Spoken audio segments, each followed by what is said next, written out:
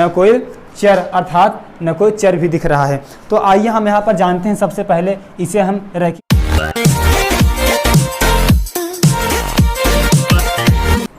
Hi friends, जय हिंद। मैं स्वागत करता हूं अपना YouTube channel life academy classes में एक बार फिर से। तो फ्रेंड्स, हम आज जो यहां पर चर्चा कर रहे हैं, जो सीखेंगे, आज हम सीखेंगे क्या, लीनियर इक्वेशन अर्थात रैखिक समीकरण। तो फ्रेंड्स, मैं आपको बता दूं, ये जो रैखिक समीकरण होता है दो प्रकार का होता है। मैं क्या कहा, रैखिक समीकरण कितने प्रकार का होता है, दो प्रकार का। एक तो होता है एक चर वाला रैखिक समीकरण, दूसरा होता है दो चर वाले। तो आज हम यहाँ पर बेसिक सी जानकारी सीख रहे हैं। इसमें फ्रेंड्स हम सीखेंगे एक चर वाले रैखिक समीकरण क्या होते हैं। तो आइए सबसे पहले हम जानते हैं ये लीनियर इक्वेशन क्या होता है।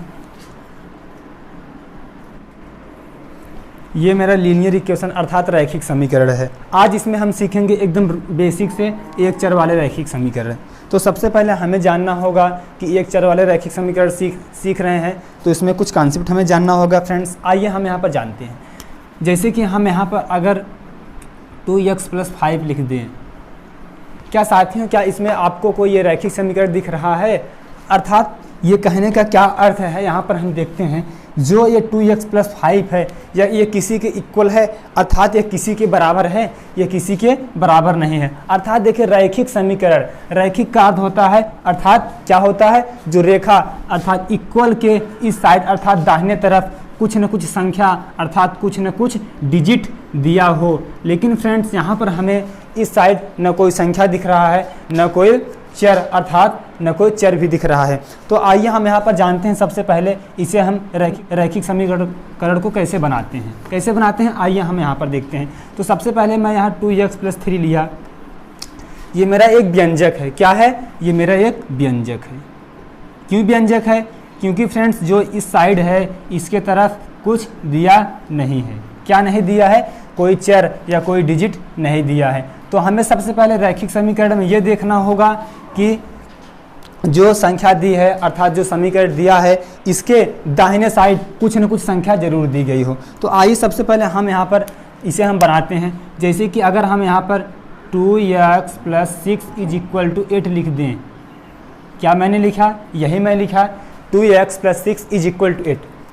हम इसको लिखने के बाद हमें देखिए, जो ये बराबर का सिंबल अर्थात ये जो बराबर है अर्थात रैखिक समीकरण है, ये बराबर के दाहिने साइड, क्या मैंने कहा था, दाहिने साइड कोई न कोई संख्या या कोई न कोई चर के साथ कुछ न कुछ डिजिट जरूर दिया गया होगा। तो यहाँ पर देखिए, जो बराबर का साइन है इसके दाहिने तरफ क्या हमें 8 नहीं दिख रहा है? तो ये मेरा क्या होगा? रैखिक समीकरण। यही होगा मेरा रैखिक समीकरण। होगा कि नहीं? बोलो हाँ या ना। तो आइए हम यहाँ पर पहले बेसिक से क्वेश्चन लेकर सॉल्व करते हैं छोटा छोटा, उसके बाद हम आपको बताएंगे। आइए यहाँ पर मैं एक क्वेश्चन लिया, जैसे कि 5x + 8 = 10। अभी हम एक चर की रैखिक समीकरण की बात कर रहे हैं, तो हमें सबसे पहले एक चर पर ध्यान देना होगा।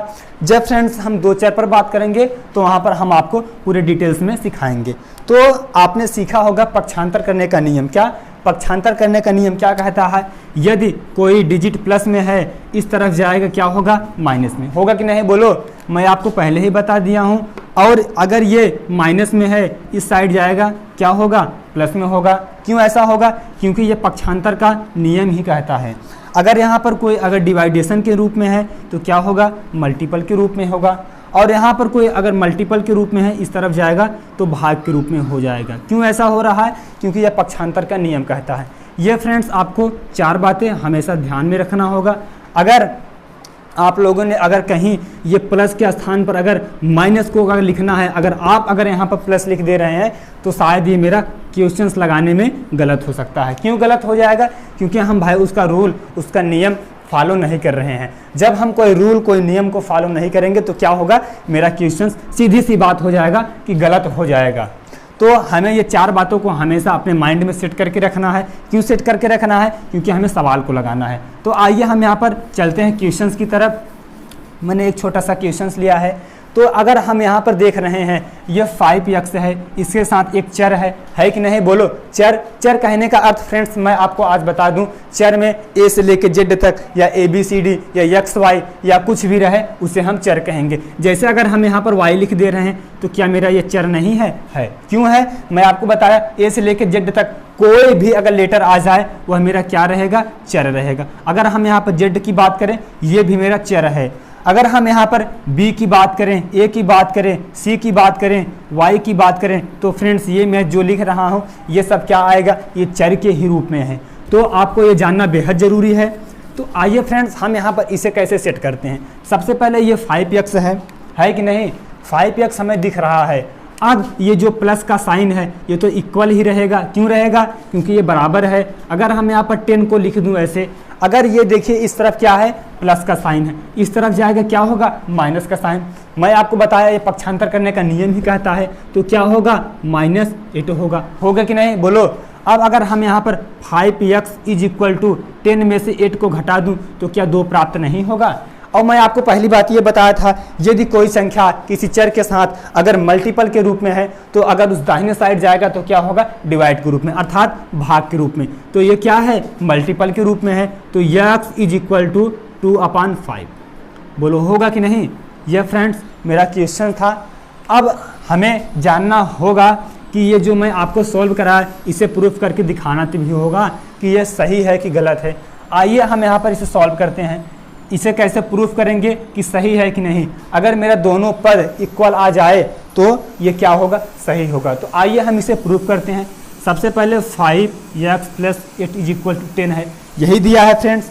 अगर हम यहाँ पर क्या कहा फ्रेंड्स? अगर हम यहाँ पर 5 ऐसे लिख दूं, अगर x के स्थान पर मेरा जो वैल्यू, मेरा जो मान प्राप्त हुआ है, अगर यहीं पर अगर हम सेट कर दें तो शायद ये मेरा जो इक्वल के साइन दाहिने तरफ जो लिखा है और इक्वल के बाएं साइड लिखा है, अगर दोनों बराबर आ जाता है तो मेरा काम हो जाएगा। आइए x के स्थान पर क्या लिखेंगे?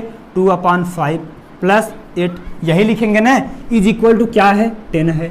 अगर फ्रेंड्स अगर हम यहाँ पर 5 को 5 से कैंसिल कर दूं तो क्या होगा? ये इसका मैटर ख़त्म हो गया। और 8, 2, 10 को अगर हम जोड़ूं क्या होगा? 10 = 10। क्या फ्रेंड्स मेरा जो इक्वल के बाएं साइड अर्थात जो बाएं साइड डिजिट है क्या वो दाहिने साइड भी वही डिजिट है कि नहीं बोलो। तो मेरा क्या हुआ? ये अर्थात क्वेश्चन सही है। अर्थात मैं यहाँ पर जो x का मान निकाला इसे आपको प्रूफ करके दिखाया। तो फ्रेंड्स आइए हम एक क्वेश्चन की तरफ और चलते हैं, क्योंकि आज हम एक चर पर बात करेंगे। एक चर वाले रैखिक समीकरण पर चर्चा कर रहे हैं, तो एक चर वाले रैखिक समीकरण पर हमें पूरा ध्यान देना होगा। आइए हम यहाँ पर आपको दिखाते हैं एक क्वेश्चन और लेकर। जैसे अगर हम यहाँ पर 2x - 3 = 5x + 8, अगर मैं इसको अगर ऐसे लिख दूँ, क्या कहा? अगर मैं इसको ऐसे लिख दूँ फ्रेंड्स, क्यों ऐसा लिख दिया? क्योंकि यहाँ पर हमें एक चर, अगर इस क्वेश्चन में हमें देखना होगा एक चर, क्योंकि x भी एक चर है, x ये भी एक चर है। अगर हम यहाँ पर अगर y लिख देते हैं तो क्या मेरा हो जाता? गलत हो जाता। क्यों गलत हो जाता? क्योंकि ये 2 चर आ जाते, क्योंकि इसमें एक x है, दूसरा क्या है? y है। अगर हम यहाँ पर y लिख रहे हैं तो यहाँ पर भी हमें y लिखना होगा। आइए हम यहाँ पर इसे देखते हैं कैसे सॉल्व करेंगे। सबसे पहले हमें क्या दिख रहा है? ये क्या है? 5x है, तो 6x ऐसे रहेगा। ये इस तरफ आएगा क्या होगा? -5x = 8 ऐसे है। ये जो माइनस है दाहिने साइड जाएगा क्या होगा? प्लस होगा। क्यों होगा? क्योंकि यह पक्षांतर करने का नियम ही ऐसा कहता है। अगर मैं 6x में से 5x को घटा दूं तो क्या मेरा ये 1x प्राप्त नहीं होगा? क्यों ऐसा हो रहा है? क्योंकि मैं ये 6 में से 5 को घटाया तो 1 आया, और जो x का मामला था वो ख़त्म हो गया। तो = क्या होगा? 8 और 3 11 होगा। मेरा ये क्या प्राप्त हुआ? x की वैल्यू अर्थात x का मान। यही